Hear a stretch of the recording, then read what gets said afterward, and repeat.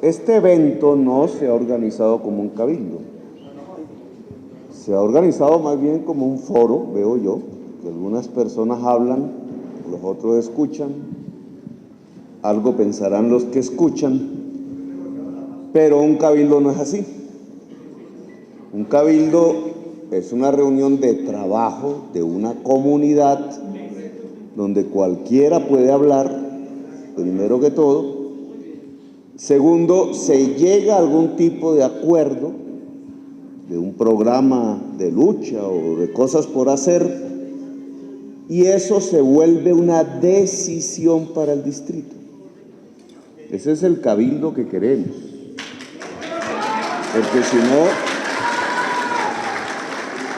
Porque si no, no sería un reflejo de poder popular. Más bien sería un reflejo de poder de los funcionarios, y eso es más de lo mismo. Independientemente de qué color tengan en la chaqueta, pues es lo que siempre se hace. Es el funcionario el que se imagina y decide por la comunidad misma. Y eso no queremos. Nosotros queremos una democracia diferente, y esa democracia diferente implica que la base misma de la sociedad tenga capacidad de decisión en temas fundamentales, no en temas pequeñitos, sino en temas fundamentales. Así que digamos que nos quedan debiendo todavía el cabildo. En segundo lugar,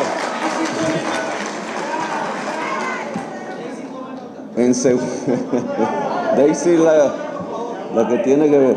Segundo lugar, en toda sociedad, en toda organización humana, hay conflicto, hay maneras de pensar diferentes, hay intereses diferentes. Indudablemente hay un interés del bodeguero, hay un interés del bodeguero pequeño y hay un interés diferente del bodeguero grande. El bodeguero le vende a un intermediario que tiene a su vez un interés diferente al bodeguero, y ahí va una cadena hasta que llega al industrial que tiene un interés diferente al de la cadena, y en la base de todo está el reciclador y la recicladora que va caminando por la calle, que también tiene otro tipo de interés. Entonces son muchos conflictos que hay que intentar resolver. Y la resolución de esos conflictos para la administración de Bogotá Humana parte de que la prioridad la tiene él y la recicladora de la calle. Por ahí. Sin aumentar los conflictos, sin armar una guerra a veces innecesaria. Claro, porque si no, pues terminamos es que otros intereses, de los cuales voy a hablar ahora, pues terminan aprovechando las divisiones y se imponen. Y vamos a ver un poco cómo es que está el asunto. Hoy acaban de condenar en el Consejo de Estado, en una instancia judicial, al distrito, es decir, a la ciudad, para pagar 267 mil millones de pesos a 2.000 personas más o menos, los vecinos del relleno Doña Juana, por el desastre que ocurrió en el año 1997. En aquel entonces el relleno sanitario lo manejaba una empresa privada de nombre Pro Santana, y uno de sus socios, representante legal, creo, un señor de apellido Vélez, había sido el liquidador de la empresa pública de aseo Edis.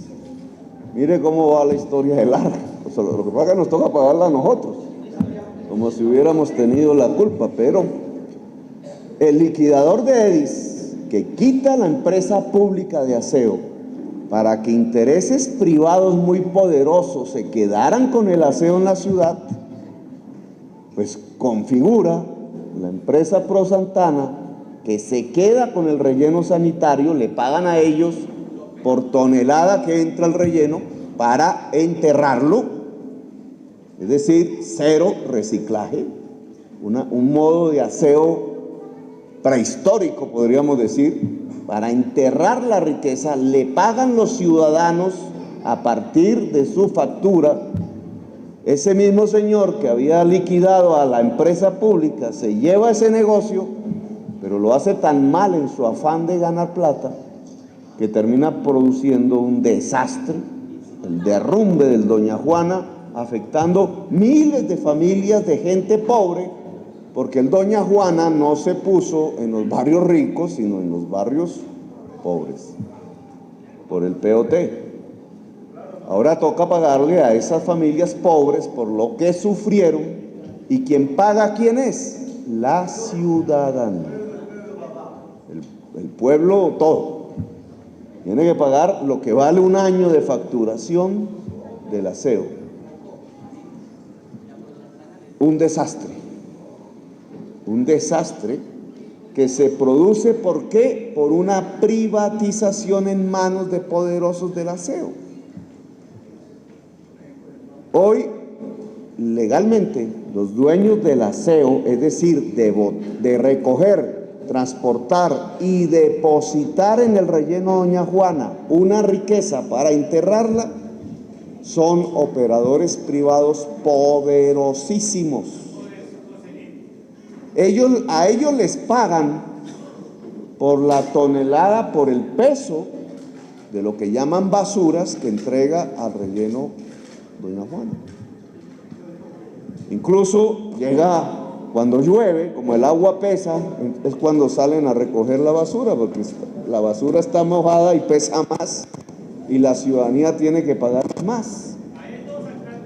Ellos se ganan, según nuestras cuentas, en estos meses aproximadamente 10.000 millones de pesos mensuales, 120.000 millones de pesos al año, y son 4 de las fortunas que tienen, la cantidad de amigos poderosos que tienen, jueces. En la UES debe haber más de un amigo, en el distrito debe haber más de un amigo, alcaldes que fueron de Bogotá amigos, cantidades de periodistas amigos de ellos. No me pongan a decir cómo es que se vuelven amigos de ellos. Entonces, lo que tenemos al frente, este es el principal interés, es una gente que está con muchas relaciones poderosas, que gana muchísima plata, que le interesa, porque así son sus contratos, así es el procedimiento, recoger el máximo de lo que ellos llaman basura, porque entonces maximizan el peso y ganan por el peso que les miden en el relleno de Doña Juana. El relleno de Doña Juana ya está a punto de acabarse, por estar botando y botando cosas que se podrían utilizar, que son una riqueza, pero que dicen los grandes planificadores de la ciudad, los que se autodenominan estadistas, porque a nosotros nos dicen populistas y faltos, improvisadores nos dicen, pues tanta planificación ya está a punto de reventar el Doña Juana, de acabarlo, porque lo único que hemos hecho en estos 15 años o más es botar una riqueza y enterrarla. Los únicos que desde otra concepción, desde otra manera, por la necesidad misma de la vida, han aprendido y han enseñado que hay otra manera de manejar esa riqueza, son ustedes, que es aprovecharla. Una realidad de décadas. Todavía no se habían inventado la palabra ambientalista, todavía no salían esos muchachos de mochila a pelear por el medio ambiente, todavía no se habían creado los partidos que llaman verdes en Europa, y ya ustedes o sus papás y sus mamás ya estaban en las calles haciendo reciclaje, pidiendo botellas, pidiendo cartón. Me acuerdo desde la misma infancia. Vamos por partes. Entonces, tenemos unos intereses poderosos que se están moviendo a fondo, casi que quisieran poner al alcalde preso, con tal de mantener el negocio. Y tenemos un grupo muy grande, miles, 13,000 dicen las cifras, familias recicladoras, pobres, no poderosas como estos, pobres, que desde otra perspectiva hacen el reciclaje en la ciudad. El reciclaje se ha puesto tan de moda que hasta los hijos de un presidente se metió al negocio del reciclaje.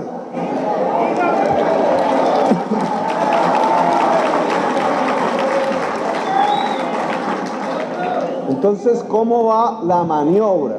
¿Cómo van las cosas? La sentencia de la Corte, el auto 275, que viene de atrás, porque eso viene de una sentencia del año 2003. A la Corte no se le había puesto cuidado en las administraciones que llamaron de izquierda en el distrito, todas del polo, pero no le pusieron cuidado a las sentencias hasta que iban a hacer la licitación para entregar el gran negocio del botadero de basura Doña Juana entre los poderosos, y la Corte mandó a parar.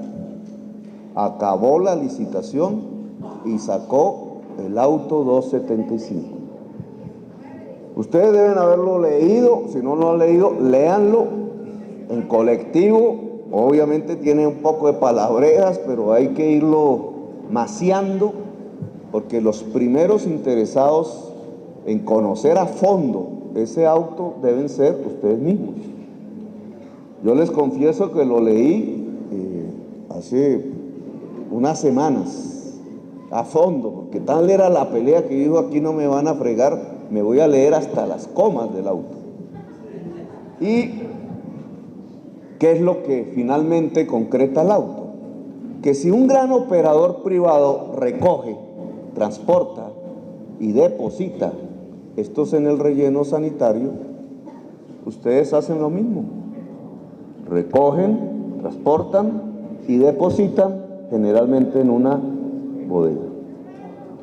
Entonces, ¿por qué la ciudadanía bogotana paga a los primeros, a los poderosos, y no pagan a quienes hacen exactamente lo mismo, pero son pobres, los y las recicladores? Eso es lo primero que la Corte se pregunta y ordena. No es que de pronto piensen, podrán. No, dice ordena. Y esa palabra tenemos que subrayarla. No es que Petro se inventó eso, el populista, el falto de planificación, como dicen los medios. Los periodistas amigos de los poderosos que tiran la basura al relleno de Doña Juana.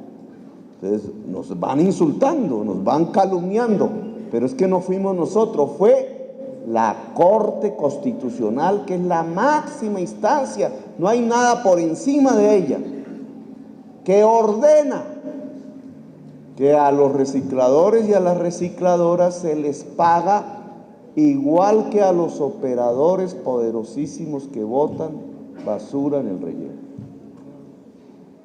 Y entonces estamos hablando de mucha plata, porque y aquí empiezan los problemas, porque cuando hay mucha plata empiezan los problemas. Porque ¿qué es entonces lo que nos ordena la Corte? Que la operación que ustedes hacen en una noche cualquiera, ¿cierto? En una ruta cualquiera, una señora arrastrando una carretilla, generalmente con los niñitos en la carretilla de noche, va recogiendo, supongamos, cartón. Y ella va buscando entre la basura, entre esas cosas, va buscando. A veces hay personas que ya saben y entregan el cartón. Y llena su carretilla de cartón y va a una bodega. Allí el bodeguero le paga, entre comillas, le paga por el cartón, lo que quiere. Le paga por el cartón. Pero lo que ordena la Corte es que como esa señora ha recogido, transportado y depositado un cartón, ese peso del cartón, independientemente de cuánto valga, el peso se debe pagar como se le paga ese mismo peso al operador privado poderoso. ¿De dónde? No del bodeguero, de la tarifa. De la tarifa que paga toda la ciudadanía por su servicio de aseo. Y entonces, veamos las estadísticas, los fríos números. Si los recicladores y recicladoras en Bogotá al día, todos juntos, recogen, transportan y depositan 1.000 toneladas, se les debe pagar por esas 1.000 toneladas lo mismo que se le paga por 1.000 toneladas a los operadores privados que botan en el relleno sanitario. Si las estadísticas no nos engañan y los operadores privados recogen 6.000 toneladas y ustedes 1.000, resulta que de la tarifa, por lo menos ya a partir, debió haberse hecho hace tiempos, de 7 partes, una de la tarifa debería pagarse a todos los recicladores. Ese es el inicio del auto. Ahora, aquí vienen los problemas. Porque después de la sentencia de la Corte, ganó el movimiento progresista las elecciones de alcaldía y terminó de alcalde el señor Gustavo Petro, que había puesto en el programa que debe cumplir, lo escribimos en septiembre por allá del año pasado, Bogotá basura cero, que tampoco es un invento nuestro, es una corriente mundial que trata de cuidar el planeta porque se nos está acabando, porque nos vamos a morir todos si seguimos así. Y entonces Bogotá basura, el programa Basura Cero, lo que busca es que todo lo que hoy llamamos basura se recicle. Eso es lo que se llama Bogotá Basura Cero. Eso no es fácil de lograr. Y ustedes aquí lo han dicho. Comenzamos por lo que ya se recicla, 1.000 toneladas. Pero si pasáramos al orgánico, la mayor parte del aseo se vuelve reciclaje. Y estaríamos avanzando muchísimo hacia Bogotá Basura Cero, que es nuestro programa. Bueno, vamos, espere.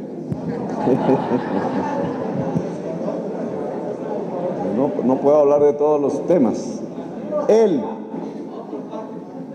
La Corte dijo en su sentencia, los únicos beneficiarios de lo que estamos proponiendo, es decir, que de la tarifa se pague al reciclador y a la recicladora, son los actuales recicladores y recicladoras de la ciudad.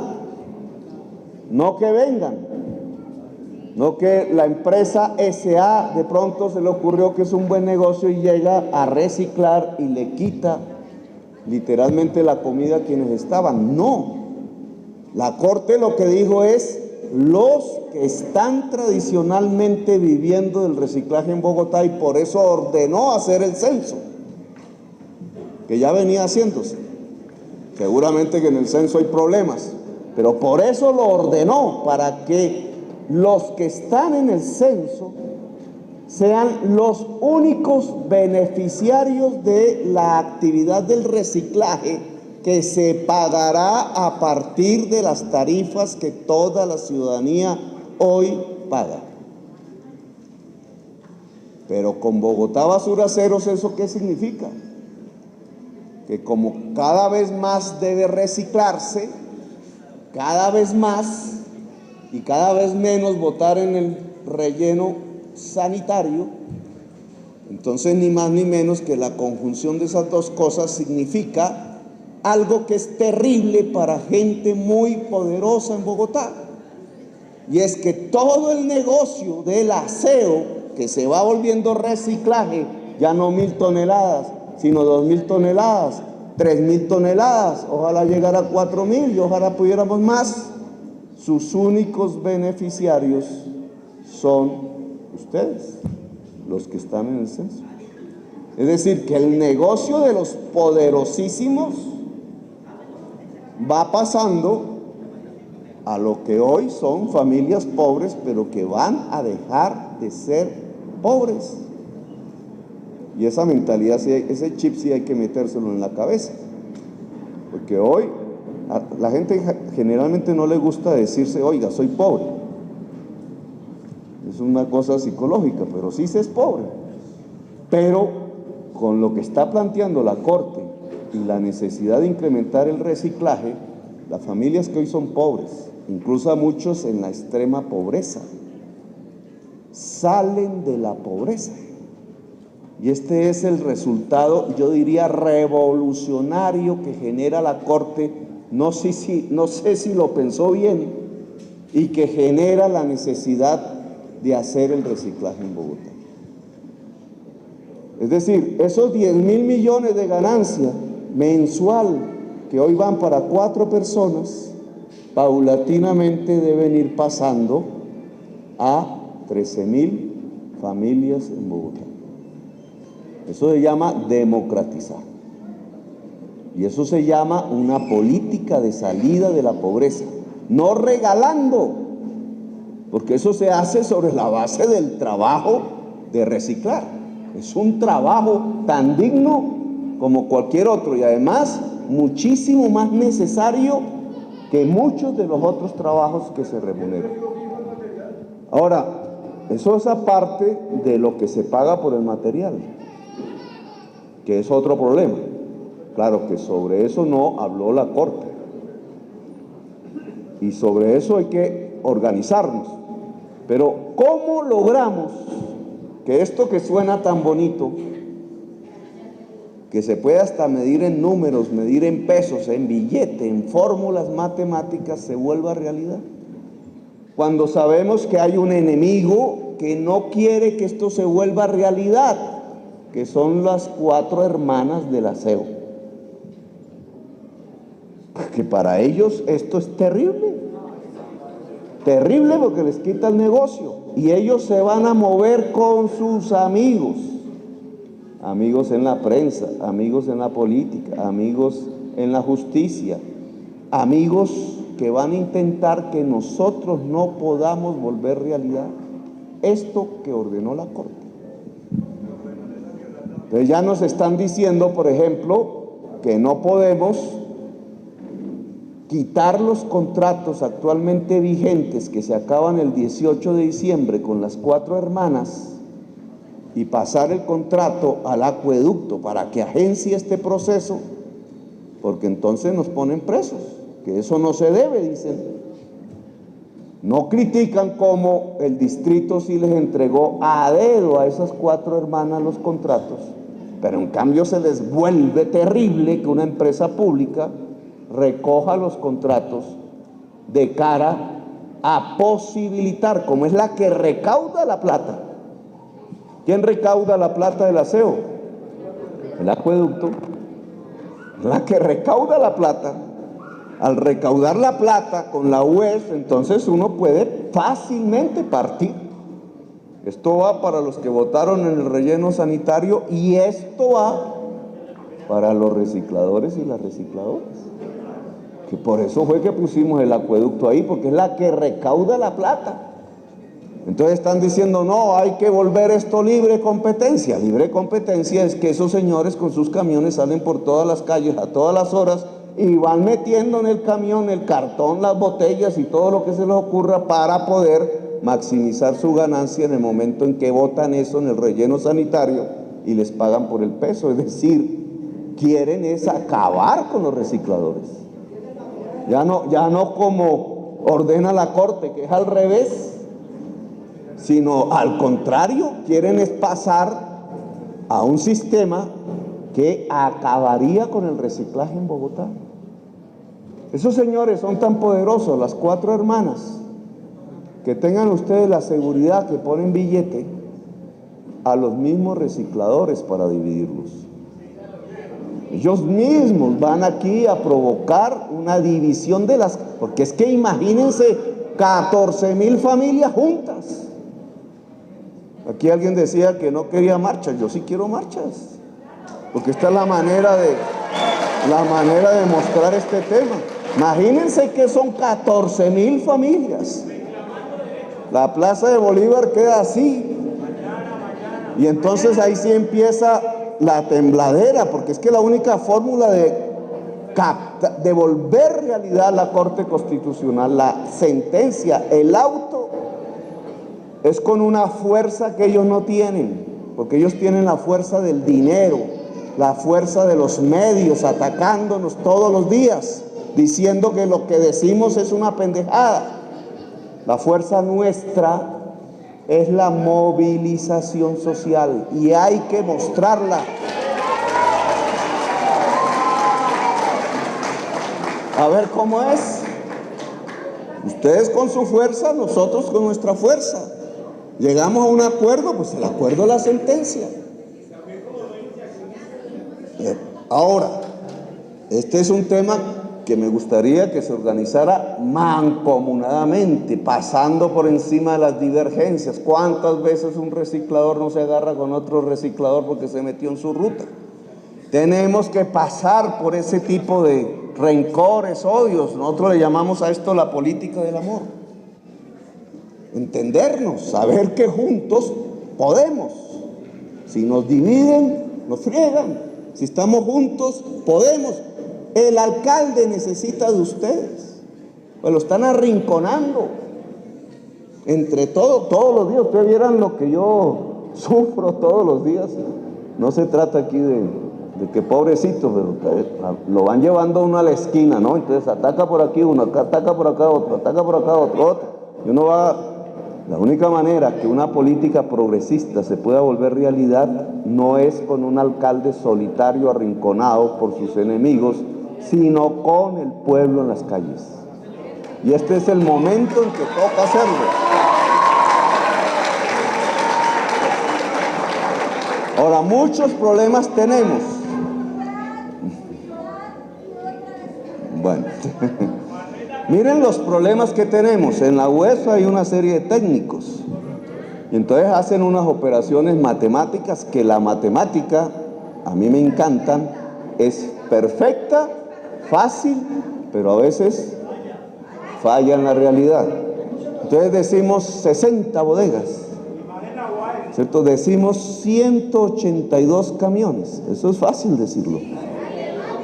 Pero resulta que el consejo que yo le doy a la UES, pero eso tenemos que construirlos con ustedes,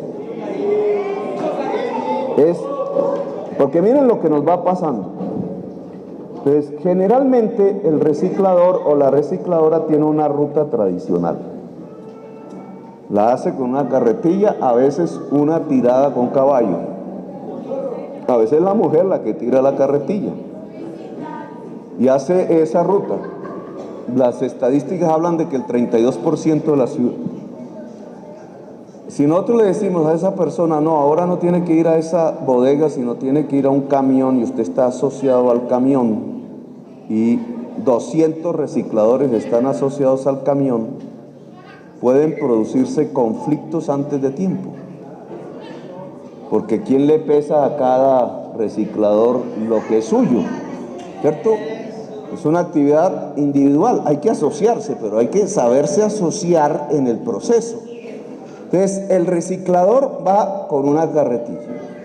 Y lo que va a empezar a ver ya no es lo que ve hoy, sino que la propaganda por televisión, que se está demorando en salir, le va enseñando a la familia, o a todas las familias de Bogotá, a que lo reciclable, unos productos, lo ponen en una bolsa de un color, blanca me dijeron, ahora es transparente, y otro, lo que no es reciclable, lo pone en una bolsa negra. Y entonces, y ahí iría lo orgánico por el momento, en la negra. Y entonces, ¿qué va a pasar? Nosotros tenemos que organizar el servicio, por eso el acueducto es importante, para que el acueducto solo recoja la bolsa negra y ustedes recogerían la bolsa blanca. Como es la campaña por televisión, cada vez más paulatinamente saldrán más y más bolsas blancas o transparentes.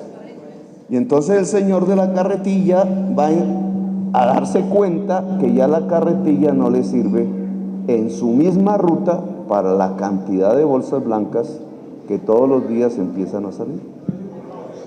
Y entonces aquí ya viene un primer problema. ¿Cómo se cambia la carretilla o la zorra del caballo por un instrumento que sea capaz, mecánico, para meter más bolsas blancas? Entre más bolsas blancas, más pesa. Si pesa más, más gana, por el lado de la tarifa. Pero entonces aquí viene un segundo problema. El reciclador está acostumbrado a esculcar en la calle lo que le sirve. Y si todo va, y por ejemplo, se va especializando, cartón o icopor o botellas o no sé qué, ¿cierto? De antemano él hace la clasificación, pero si todo va en una bolsa blanca, y él debe llevar la bolsa blanca, no esculcarla, sino llevar la bolsa blanca porque le van a pesar y va a ganar por eso. Entonces él, o cómo vamos a organizar que entonces la bolsa blanca se destapa y se equivocó la familia y una parte debe ir a la bolsa negra y una cosa es cartón y otra es botella y otra es icopor y no sé qué. Y entonces, ¿dónde se hace esa clasificación? Y entonces el reciclador, ¿cómo gana en ese sitio donde se hace la reciclación? Ya no solamente por el peso, sino por lo que vale cada producto. Y ese es otro problema. Y después vendrán otros problemas, cada vez más productos. Entonces, ¿dónde se venden? Los bodegueros actuales serán capaces, si no venden sino 1.000 toneladas, entonces cuando sean 2.000 o sean 3.000 toneladas, ¿dónde se van a vender? Entonces cada vez más nos daremos cuenta que asociándonos, que volviéndonos casi que industriales, alguien ponía aquí un ejemplo de la calle de trabajo, digamos, pero cada vez nos daremos cuenta que nos toca asociarnos para aprovechar lo reciclado, casi que transformándonos en industriales. Y más problemas tendremos, pero así es la vida. Solo que esos problemas se dan sobre la base y surgen porque ustedes van a ganar más. Es decir, ustedes se van a volver, se lo quiero decir así, gente de clase media. Trabajadores y trabajadoras con un ingreso que no es un salario, es un ingreso digno por las sumas de toda esta actividad. O en otras palabras, ustedes, como bien lo dijeron aquí, se van a transformar en algo que estaba invisible porque ya lo eran, pero ahora sí va a ser visible, y es en emprendedores, empresarios democráticos, 14.000, que irán descubriendo los beneficios de la asociación entre trabajadores, pues son empresarios trabajadores, no entre empresarios con obreros, ni obreros. Ustedes se vuelven empresarios trabajadores que cada vez se asociarán más con uno, libremente, con un objetivo: volverse más productivos, más rentables, garantizarle a la familia más ingresos. Obvio que ahí caen otros programas, y entonces ¿cómo va a ser la vivienda? Y entonces vamos a seguir al lado del río Bogotá, Y entonces, ¿cómo va a ser la educación? Si hay más ingresos, entonces, ¿qué pasa con los niños? Los llevamos a trabajar. Y entonces, ¿qué pasa con el caballo? Y entonces, ¿qué pasa con la máquina que tenemos que usar ahora en vez del caballo? ¿Cuál es? ¿Un gran camión? ¿Uno pequeño? Si es un gran camión, ¿el reciclador sabe manejar el gran camión? Si es uno pequeño, ¿se sabe manejar? Etcétera, etcétera, etcétera. Es una cadena de problemas. Pero hay que comenzar por el principio. Y el principio es que no nos dejemos tumbar el auto de la sentencia que nos permite abrir este camino mancomunado entre ustedes y el distrito. El distrito quiere meterse de cabeza en que esto se vuelva una realidad. Es decir, claro, el distrito es un monstruo de 60,000 funcionarios y yo no los conozco ni el 1%. Y ahí hay de todo. Pero el distrito, estamos hablando del alcalde, del gabinete, de los que dirigen la administración, están comprometidos a que la sentencia de la Corte se vuelva una realidad. Pero necesitamos del apoyo de ustedes. No es bueno que en la reunión de mañana vaya a haber un conflicto. No es bueno. Más bien hay que ver cómo se construyen los puentes para aglutinar una sola fuerza. Nosotros no somos bobos, nosotros sabemos quiénes son bodegueros y quiénes son recicladores de la calle. No nos vamos a dejar confundir. La sentencia beneficia al reciclador de la calle. Y en eso no vamos a despistarnos. Pero hay que tender los puentes. Yo lo que quiero ver, en el corto plazo, sin dejarnos engañar, es 14,000 familias juntas, peleando por sus ingresos, por su bienestar, y cogiendo, como uno coge este papel, la sentencia, el auto, como un instrumento de lucha. Fíjense ustedes que ya no se necesitan ni los gritos ni las armas. Lo que se necesita es la ley. Y en este momento la norma está a favor de ustedes. O sea, cogiendo la norma es que vamos a volver realidad un proceso que va a dignificar el reciclaje, al reciclador y a la recicladora. Sé que hay muchas preguntas, pero construyamos. Mire, el elemento práctico que ustedes tienen, el hecho de vivir, de tener la experiencia, es lo que necesitamos para que nuestros técnicos aterricen la técnica a la práctica de ustedes mismos.